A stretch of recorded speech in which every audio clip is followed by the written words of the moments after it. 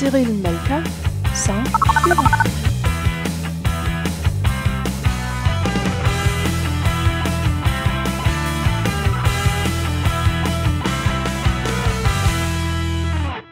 Alors bonsoir ou bonjour, ça dépend un petit peu de là où vous vous trouvez en ce moment, sur quel point du globe vous vous trouvez en ce moment. Aujourd'hui, je me suis dit que j'allais vous parler un petit peu, bonsoir Aïcha, que nous allons parler un petit peu du problème du bouc émissaire.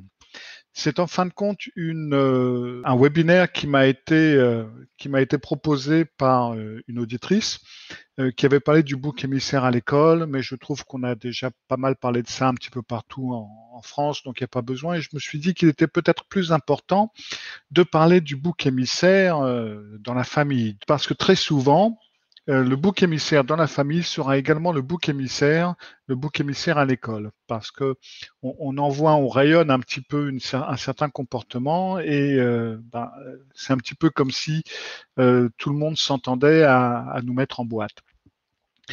Avant de pouvoir parler du bouc émissaire, il y a quelque chose de très important sur quoi il nous faut mettre l'accent et ce dont on ne parle que très rarement par rapport au problème du bouc émissaire, et c'est en fin de compte la famille narcissique.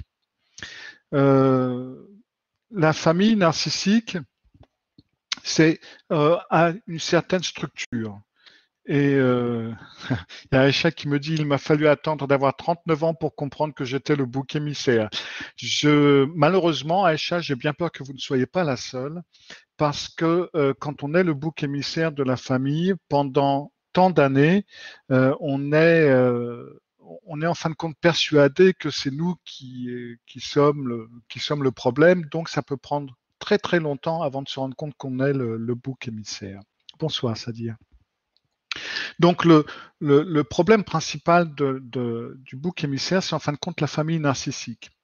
Alors, il n'y a pas de famille narcissique du fait où tous les membres de la famille le sont, bien entendu. Généralement, il y en a un des parents, généralement, qui va être narcissique. Et puis, bien entendu, il peut y avoir aussi un ou plusieurs des enfants qui peuvent avoir des tendances narcissiques. Mais donc tout ça, on va dire, on va prendre tout ça en bloc en disant, on va parler donc de la famille narcissique. Et même s'il y a certaines individualités dans certaines familles, on peut pas vraiment tout mettre dans le même sac. Il peut y avoir des différences par rapport au pays, à la culture, là où on habite dans le pays, on habite à la campagne ou dans une grande ville. Enfin bref, il y a plein de trucs. Mais il y a dans la famille narcissique certaines lignes ou certains principes que l'on va retrouver plus ou moins dans toutes les familles. Et ça, là, je veux parler donc du rôle. Pardon, là, je viens de cliquer sur le mauvais bouton. Il y a dans la famille narcissique, dépendamment du nombre de personnes, chaque personne va avoir un rôle. Il va y avoir plusieurs rôles dans la famille narcissique. Le premier des rôles, ça va être le ou la, ça dépend un petit peu, narcissique en elle-même. Alors maintenant, je ne veux pas m'étaler sur ce qu'est la personnalité narcissique. Ça, j'ai fait plusieurs vidéos sur le sujet. Donc là, il n'y a qu'à aller voir un petit peu sur ma chaîne YouTube. Mais il va généralement y avoir un narcissique et il va généralement y avoir le dépendant ou le codépendante ou la codépendante. Ça dépend de qui est le narcissique. On aura très rarement deux narcissiques ensemble. Dans une famille, généralement, ça se passe très très très mal si et le mari et la femme sont narcissiques. Le codépendant va généralement soutenir le ou la narcissique en acceptant leur personnalité, en acceptant la façon dont cette personne agit, et donc elle va avoir cette idée, cette impression d'être la seule personne qui pourra comprendre ou qui pourra répondre aux besoins du narcissique ou de la narcissique. Donc généralement, là, on est dans le couple, donc là, c'est mari et femme. Ensuite viennent ce qu'on appelle les enfants et il va y avoir ce qu'on appelle les singes volants. Alors, les singes volants, ça vient en fin de compte d'une histoire pour enfants, et c'est devenu enfin, une idée psychologique. Ça vient de l'histoire The Wizard of Oz, le magicien de Oz, je ne sais pas trop comment ça s'appelle en français. Et une des sorcières a des singes volants qui, au travers desquels elle peut donner des problèmes à différents gens, différentes personnes, différents personnages de l'histoire. Et les singes volants, ça va être généralement certains des enfants, éventuellement, qui vont aider le narcissique à obtenir gain de cause en faisant partie, en fin de compte, des personnes qui vont harceler, harceler un des enfants, par exemple, ou une des personnes de la famille. Donc, ça va être si on veut dire ça comme ça, les objets au travers duquel le narcissique va pouvoir frapper, là je ne parle pas physiquement, mais psychologiquement, sa cible. Puis, on a l'enfant en or, the golden child, comme on l'appelle. Et généralement, il y aura un enfant dans la fratrie qui va être l'enfant en or. Ça va être l'enfant que le parent narcissique va idéaliser, va donner un statut spécial, et il va projeter ou elle va projeter ce qu'elle croit, ce qu'elle veut croire d'elle-même dans cet enfant, et donc elle va inclure l'identité de cet enfant en elle-même. Là, je dis elle, c'est pas parce que c'est la mère, mais c'est parce que la personne narcissique. Parce que je veux pas dire il ou elle à chaque fois, donc on va dire la personne narcissique et puis c'est tout. Maintenant, il faut faire un petit peu attention parce que les singes volants et l'enfant en or, les rôles peuvent être interchangeables. C'est un petit peu le danger de l'affaire pour les enfants, c'est que aucun rôle n'est acquis. C'est-à-dire que l'enfant en or peut parfaitement perdre son statut d'enfant en or à un moment donné, et ça va être un des autres enfants de la fratrie qui va tout d'un coup devenir l'enfant en or. Et comme ça, certains parents manipulateurs vont donc changer les rôles, interchanger les rôles, et puis de cette façon euh, vont pouvoir gérer, vont pouvoir manipuler un petit peu toute leur famille. Et donc, comme on a l'enfant en or qui représente le côté positif, le bon côté la vue positive du narcissique sur lui-même, donc on a également le bouc émissaire.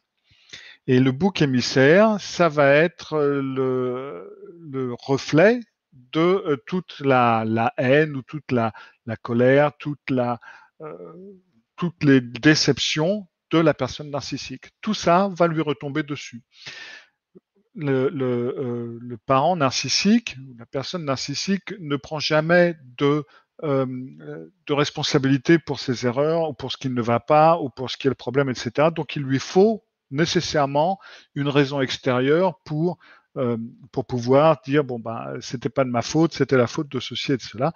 Et donc dans ce cas-là, il va y avoir un bouc émissaire. Et par contre, autant l'enfant en or peut changer, le rôle peut changer d'entre les enfants, autant le rôle du bouc émissaire est généralement, même s'il peut changer quand même de temps à autre, il est quand même généralement relativement stable. Ça va être donc cet enfant qui va être choisi comme le bouc émissaire. Généralement, le bouc émissaire ou l'enfant qui va être choisi comme bouc émissaire il va y avoir une bonne raison. Enfin, une bonne raison pour la personne narcissique, bien entendu, de le choisir comme bouc émissaire. Ça va être parce que ça peut être un des enfants qui est le plus fort. Là, je dis pas fort physiquement, mais fort psychologiquement parlant.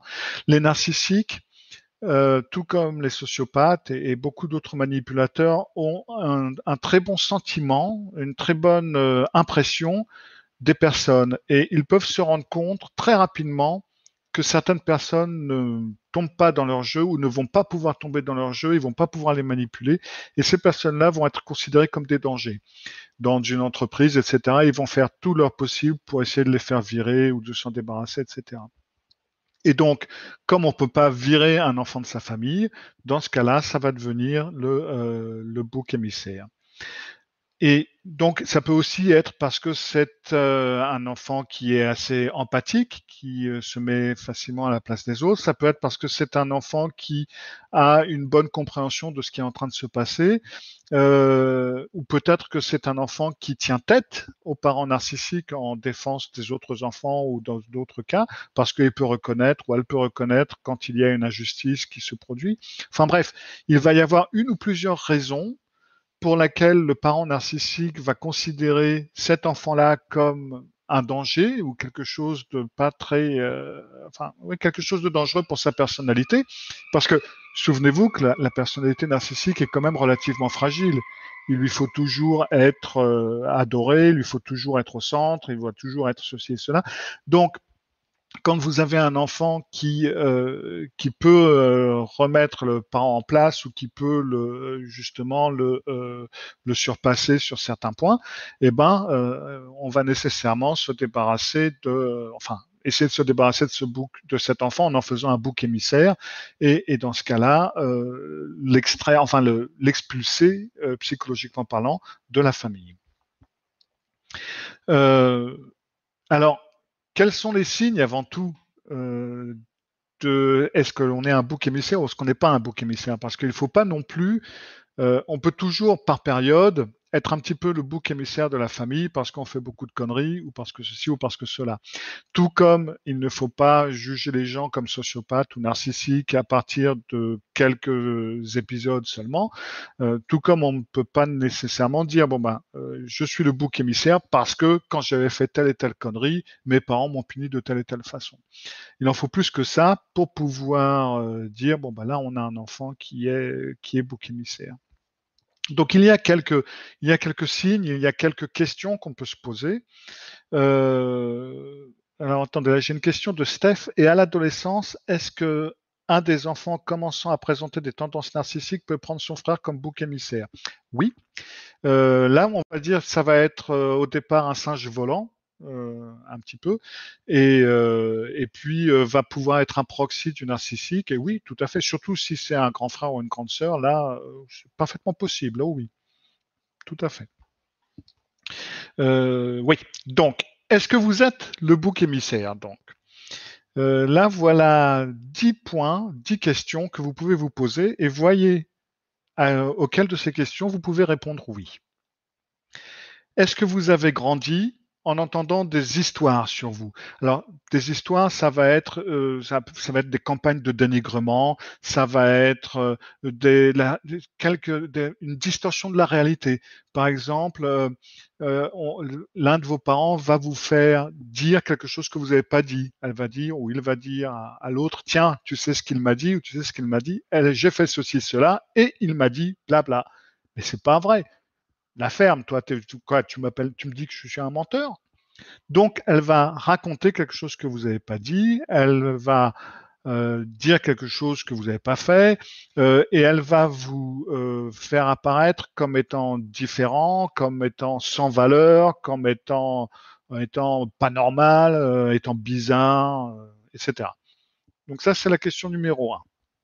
Est-ce que vous avez grandi en entendant ce genre d'histoire ou est-ce que vous avez grandi en ayant ces campagnes de dénigrement quelconque?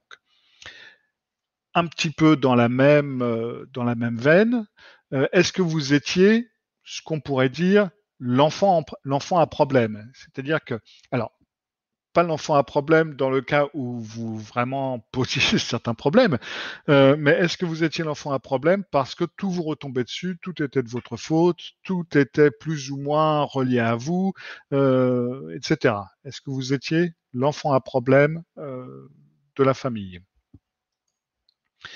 Est-ce que aujourd'hui, vous voyez comme dépendant ou codépendant ou très sensible ou un peu trop sensible même des fois ou empathique? Ça, c'est une question facile. Je pense que j'ai pas besoin d'aller plus loin. Est-ce que vous étiez le diseur de vérité? Étiez-vous identifié comme mauvais ou menteur lorsque vous contredisiez l'histoire? C'est-à-dire que dans les familles où vous avez des parents ou un des parents qui est ou sociopathe ou narcissique ou ce que vous voulez, il va raconter le parent en question va raconter des conneries, il va raconter des choses qui ne sont pas vraies, il va inventer des histoires. est-ce que vous étiez la personne qui remettait les pendules à l'heure en disant mais non, c'est pas vrai, il s'est passé ceci et cela. Et tout d'un coup, vous avez et la famille, éventuellement votre fratrie ado et le parent, etc. Donc, du fait où vous êtes, dans ce cas-là, le diseur de vérité ou celui qui remet les pendules à l'heure en disant mais non, mais c'est pas vrai, c'est pas ce qui s'est passé, vous êtes la personne, pourrait-on dire, à abattre, entre guillemets, et donc, dans ce cas-là, on va vous dénigrer en disant, bah voilà, c'est un menteur de toute façon, il sait pas de quoi il parle, ou elle sait pas de quoi elle parle, elle dit n'importe quoi, elle a toujours été comme ça, tu te souviens, etc. Et c'est là où on repasse au premier point. Tu te rappelles quand il était comme ça ou quand elle était comme ça, à tel âge, il a fait ceci, etc., etc. Et là, on repart sur la campagne de dénigrement.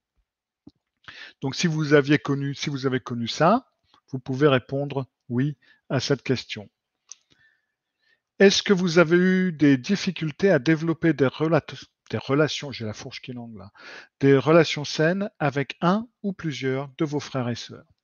Dans les familles ou dans une famille toxique, bon, maintenant je ne vais pas encore m'épancher sur la famille toxique parce que ça aussi j'ai fait une vidéo sur le sujet, mais dans les familles toxiques où on a donc un des parents qui est narcissique ou sociopathe, du fait où il y a cette manipulation plus ou moins constante, il est très difficile, et il est pour ainsi dire impossible, de développer une relation normale avec les frères et sœurs parce que le parent en question va toujours diviser pour mieux régner, en quelque sorte. Parce que sinon, on risque d'avoir un front, les enfants contre les parents, et donc il y a plus de contrôle. Donc, généralement, le parent en question va diviser autant que possible la fratrie de façon à ce que les frères et sœurs ne s'entendent en fin de compte jamais très bien. Et donc, le bouc émissaire va être rejeté par un ou plusieurs de ses frères et sœurs. De plus, souvenez-vous et dans la sociopathie et dans le narcissisme, il y a un élément chromosomique, donc c'est quelque chose de génétique. Donc certains des frères et sœurs peuvent également avoir des tendances narcissiques. Donc, si vous avez eu des difficultés à développer des relations normales ou saines avec un ou plusieurs de vos frères et sœurs, là vous pouvez répondre oui à cette question. Est-ce que vous avez un problème d'addiction ou de codépendance ou de dépendance affective, ou les deux, parce que l'un n'empêche pas l'autre. Parce que très souvent, en étant un petit peu bouc émissaire, on peut avoir une tendance à devenir dépendant ou codépendant d'une personne, parce qu'en fin de compte, on n'a eu personne à qui se raccrocher, ou très peu, pendant l'enfance, et donc on peut avoir une tendance à avoir une addiction et une codépendance, et puis même deux fois devenir un peu abandonnique. Est-ce que vous avez eu des difficultés à identifier ce que vous voulez, vos émotions, vos pensées, un peu de mal des fois à mettre un petit peu ces choses-là en ordre?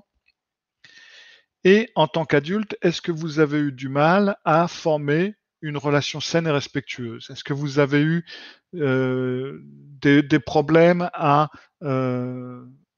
avoir une relation plus ou moins linéaire, sans trop de problèmes, etc. Est-ce que vous vous sentez rapidement accusé? Est-ce que vous vous sentez rapidement culpabilisé?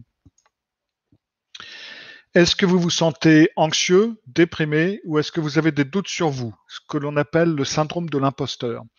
Alors, le syndrome de l'imposteur, c'est avoir cette impression, cette idée que, en fin de compte, on n'a pas le droit à avoir ce que l'on a, et que, en fin de compte, si les gens nous aiment bien, c'est parce qu'ils nous connaissent pas, en fin de compte, parce qu'en fin de compte, on n'est pas comme ça, on n'est pas aussi bien que ça.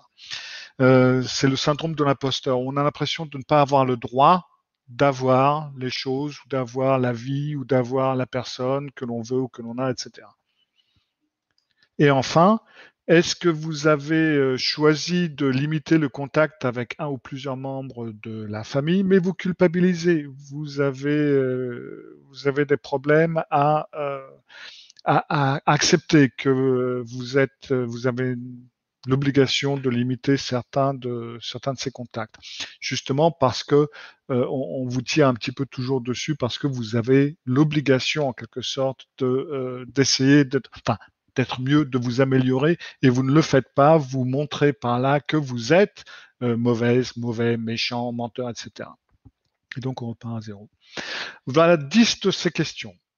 Si vous avez répondu oui à au moins 3 de ces questions, c'est bon. Vous êtes le bouc émissaire, ou vous avez une personnalité de bouc émissaire, ou vous êtes bouc émissaire. Plus de 3, bien entendu, ça veut dire que vous êtes bouc émissaire d'une famille bien salée, mais en fin de compte, il n'en faut pas plus que 3, parce qu'aucune de ces questions ne devrait être répondue par oui, par qui que ce soit. Aucune de ces questions ne devrait avoir un oui. Vous ne pouvez pas avoir un oui à grandir en entendant des histoires et des campagnes de dénigrement. Vous ne pouvez pas grandir en étant un enfant à problème, etc., etc., etc. Donc, en fin de compte, il n'en faut pas autant que ça pour faire un bouc émissaire de quelqu'un. Souvenez-vous que ce qui se passe dans ce cas-là, c'est un abus de pouvoir. Là, c'est un abus de pouvoir des parents, mais ça reste un abus. Ça reste un abus et ça reste une maltraitance de l'enfant. Et ça, c'est logiquement devrait être passible de répression, mais ça ne l'est généralement pas. Comme les enfants sont habitués à être les boucs émissaires à la maison, il est plus facile pour eux d'être les boucs émissaires également à l'école, parce qu'ils ont l'habitude presque de ne pas faire partie du groupe. Donc, il en faut de peu pour qu'ils soient un petit peu aussi boucs émissaires à l'école. Et puis après, on va dire, bon, bah, c'est à l'école qu'on trouve le problème, de harcèlement, etc. Et généralement, les psys, ils vont, ou là, les parents vont éventuellement aller se plaindre à l'école ou ce que vous voulez, mais généralement, on ne va pas aller voir dans la famille comment ça se passe. Parce que le problème est apparemment à l'école et pas à la famille.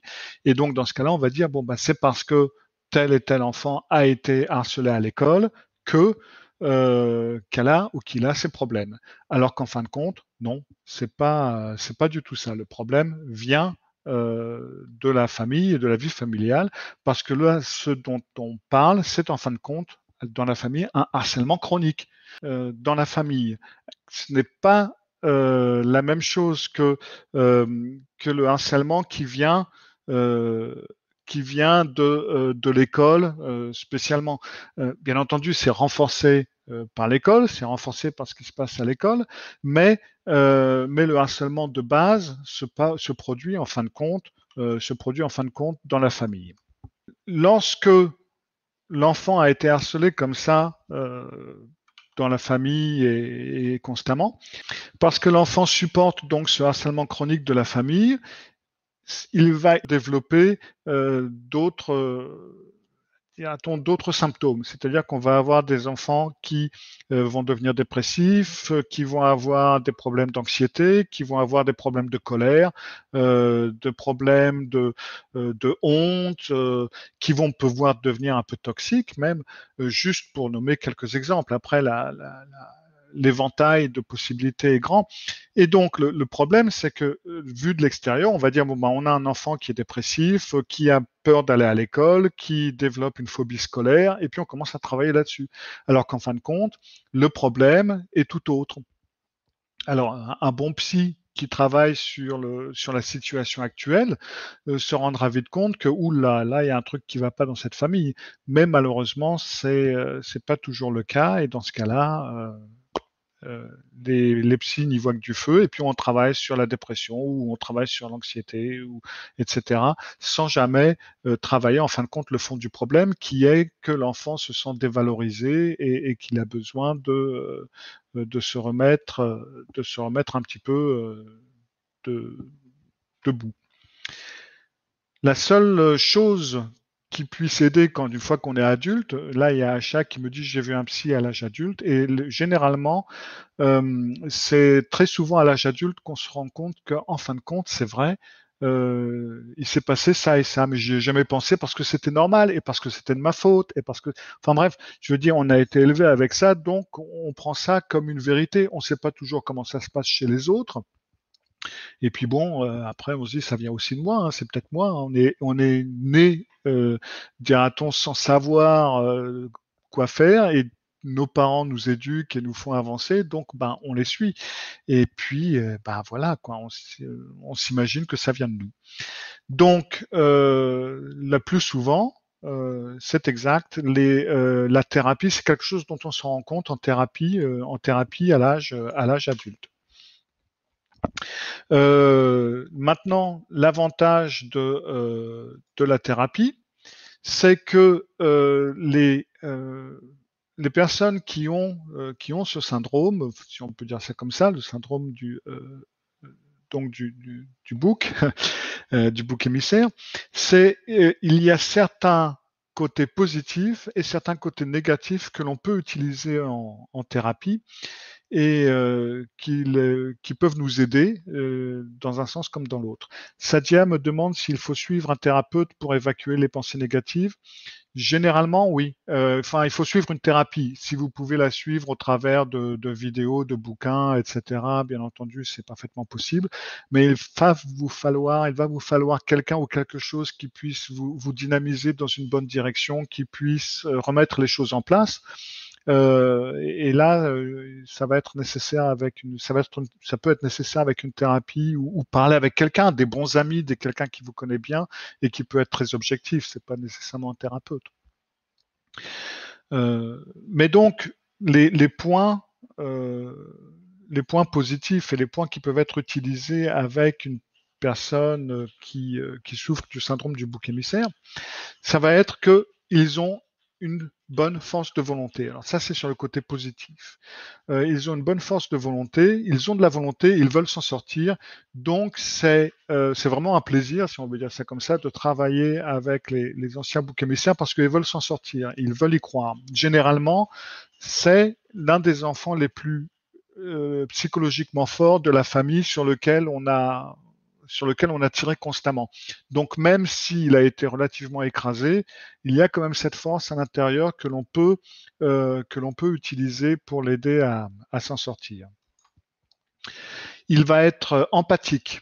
Alors ça, c'est positif et négatif parce que du fait où il est empathique, il va comprendre et saisir très rapidement les émotions des autres, les sentiments des autres, en positif comme en négatif, et ça peut risquer de le toucher un petit peu beaucoup. Mais cet empathisme, si on veut dire ça comme ça, cette tendance empathique, fait qu'on peut plus facilement aussi travailler avec le client. Il va avoir une recherche de justice, il va avoir du mal à supporter l'injustice. Bon, il y a peu de personnes peuvent supporter l'injustice, c'est un fait. Mais la recherche de la justice et de toujours ne pas faire d'erreur et de ne pas ceci, ne pas faire ça, c'est relativement profond chez les anciens boucs émissaires. Justement parce qu'ils ont vécu tant d'injustices, ils peuvent vraiment être très très révoltés, même plus que normalement, pour des petites choses. Si elles sont injustes. Ils ont une tendance à intérioriser le blâme, c'est-à-dire en fin de compte à culpabiliser rapidement. Et ils sont émotionnellement très réactifs à ce qui se passe. Alors toutes ces choses-là, c'est vrai que ça peut paraître comme une fragilité, mais ça ne l'est pas en fin de compte, parce que ça permet le fait de culpabiliser, oui, ça c'est un problème, mais du fait où il y a cette recherche de justice, par exemple, on peut utiliser cette recherche de justice pour enlever ou désamorcer la culpabilité. Acha me demande, est-ce qu'on peut devenir schizophrène? Non. Schizophrène, on l'est ou on ne l'est pas. On est né comme ça. C'est biologique, la schizophrénie. C'est déclaré plus tard, ça se déclare à un moment donné, tôt ou tard, mais c'est quelque chose, on est né schizophrène, on l'est ou on ne l'est pas. Ensuite, il y a la sensibilité. Ce sont des personnes très sensibles et qui ont, et ça c'est un peu relié à cette recherche de justice, et pour qui la protection de l'autre est importante. Ça revient un petit peu à cette recherche de justice et la protection de l'autre. Et c'est aussi pour cette raison qu'ils vont très souvent interroger l'autorité. Ils ne vont pas juste suivre les ordres comme ça. Ils peuvent le faire si on est obligé, bien entendu, ils ne sont pas psychopathes non plus, mais ils vont pas faire n'importe quoi, n'importe quand, n'importe comment, et ils vont pas juste se soumettre aux ordres sans éventuellement ruer dans les brancards, ce qui peut leur donner bien des problèmes, bien entendu. Ça dépend des endroits où ils habitent et là où ils travaillent. Ils sont très attentifs et enfin, ils se sentent, et ils le sont d'ailleurs, différents. Parce qu'ils ont été élevés à, en fin de compte, être différents, en négatif. Donc ils savent qu'ils sont différents, mais ils savent aussi que tout n'est pas négatif. Ils savent qu'il y a quand même quelque chose de positif là-dedans et qu'il est important de le faire ressortir. Et donc ces points-là sont importants à travailler en thérapie et sont importants à utiliser comme armes thérapeutiques pour s'en sortir ou pour aider à s'en sortir ou pour s'aider à s'en sortir si ça devient nécessaire. Voilà. C'était le sujet pour aujourd'hui, le bouc émissaire. D'après ce que j'ai vu, il y a pas mal de questions. Je crois que j'ai répondu à la plupart, mais il y a aussi quelques explications. Une psy peut-elle comprendre le problème sans en parler à sa patiente? Peut-elle deviner une manipulation? Je comprends pas. Peut-elle comprendre un problème sans en parler à sa patiente? On peut deviner une manipulation, oui, généralement. Mais dans ce cas-là, on en parle à la patiente. Si on devine une manipulation, alors peut-être pas tout de suite, si on n'est pas trop sûr. Je me souviens par exemple d'une patiente où j'avais trouvé des abus sexuels, donc on se jette pas là-dedans tout de suite. Il m'a fallu quand même plus d'informations, mais donc on le dit peut-être pas tout de suite, mais au moment où on en est sûr, oui, généralement on en parle. Voilà, c'était donc le sujet pour ce webinaire. Si vous avez envie que je parle d'un autre sujet ou si vous avez un sujet qui vous intéresse, vous m'envoyez un mail à cyril@malka.fr et puis vous me dites tout simplement ce qui vous ferait plaisir. Sans ça, je vous revois d'ici une quinzaine de jours pour un autre webinaire et podcast. Au revoir, à bientôt. Cyril Malka, sans divan.